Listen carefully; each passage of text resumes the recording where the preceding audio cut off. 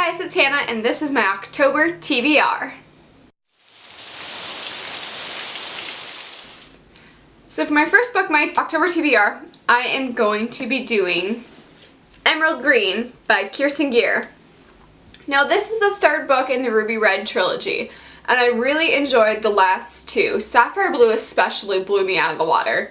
Really excited to see where this story goes with its characters, and the way that it ended off in Sapphire Blue, I am ready for some redemption and some explanations, and just the last chapter broke my heart.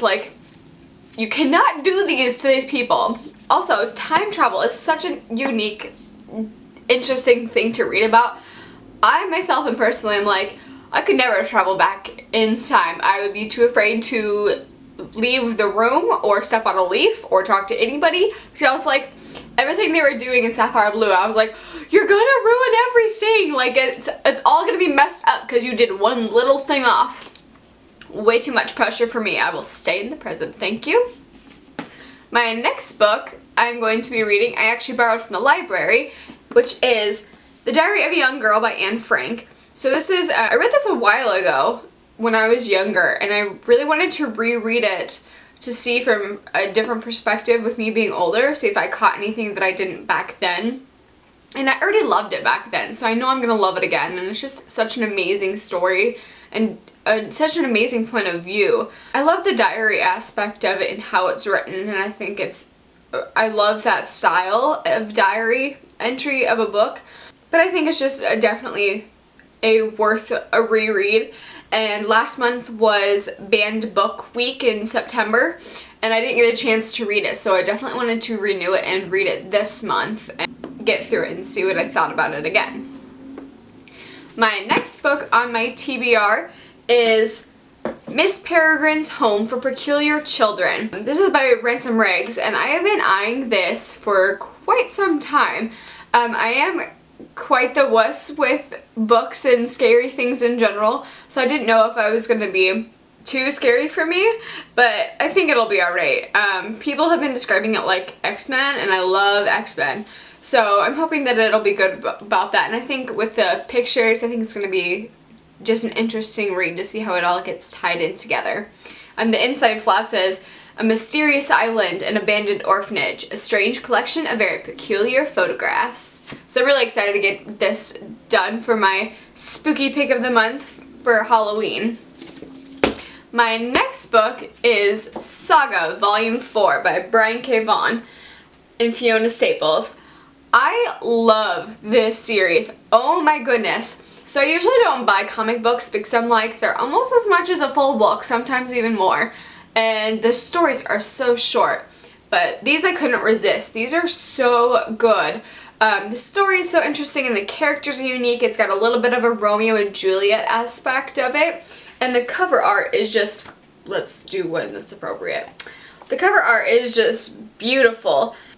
Definitely a more mature content in here, so if you can't handle mature content in a comic book, definitely don't pick it up. But if you can, definitely pick it up. It's worth a read because it is such a cool story and it's amazing. Go pick it up.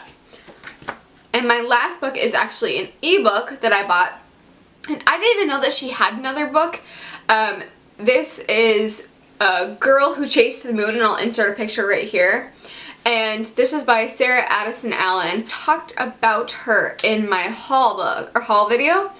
And I love her style of writing, and I love her perspective on life. And all of her characters are in the South too, and I think that's a fun area to read about.